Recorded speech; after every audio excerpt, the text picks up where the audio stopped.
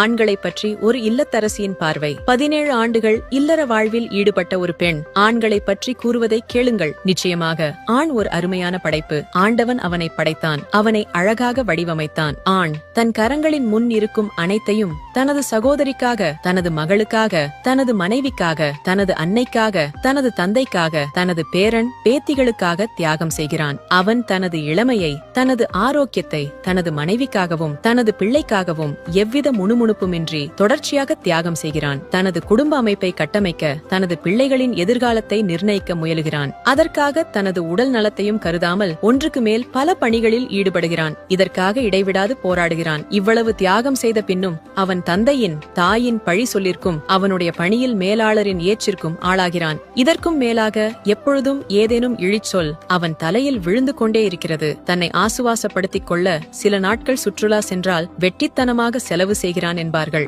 வீட்டிலேயே இருந்தால் சோம்பேறி, பொம்பளை மாதிரி வீட்டிலேயே இருக்கிறான் என்பார்கள். தவறு செய்யும் பிள்ளைகளிடம் கொஞ்சம் கடுமை காட்டினால் சிடுமூஞ்சி, அவர்களிடம் கொஞ்சம் மென்மையாக நடந்தால் பிள்ளைகளை கெடுக்கிறான். தனது மனைவியை பணிக்குப் போகாமல் தடுத்தால் அடிமை போல் நடத்துகிறான். பணிக்குச் செல்ல அனுமதித்தால் மனைவியின் உழைப்பை சுரண்டுகிறான். தாயின் பேச்சை கேட்டால் அம்மா பிள்ளை, மனைவியின் பேச்சை கேட்டால் பெண்டாட்டி தாசன். இவ்வளவு இருந்தும் உலகில் தந்தை ஒருவன்தான். தன் மகன் தன்னை விட அனைத்து விஷயங்களிலும் மேலோங்க வேண்டும் என நினைப்பவன் தந்தைதான். தனது பிள்ளைகளை நேசிப்பவனாக, அவர்களுக்காக அனுதினமும் நலன் பெற பிரார்த்திப்பவனாக இருப்பவன். காசு பணத்தை விட அம்மா தான் பிடிக்கும்னா இந்த வீடியோவை லைக் பண்ணிட்டு கமெண்ட்ல ஐ லவ் மாம் என்று பண்ணுங்க. பாப்போம் எத்தனை பேர் கமெண்ட் பண்றீங்க. அவன் வாழ்வில் எவ்வளவு வேதனைகளையும் ஏமாற்றங்களை சந்தித்த போதும் அவனது பிள்ளை குழந்தையாக தவழும் போது கைகளில் ஏந்துகிறான். நடக்க ஆரம்பிக்கும் போது தோள்களில் சுமக்கிறான். பெரியவர்களாக மாறும் போது தனது இதயத்தில் சுமக்கிறான். தாய் தன் பிள்ளையை 9 மாதங்கள் கருவில் சுமக்கிறாள். ஆனால் தந்தை பிள்ளைகளை தனது சிந்தனையில்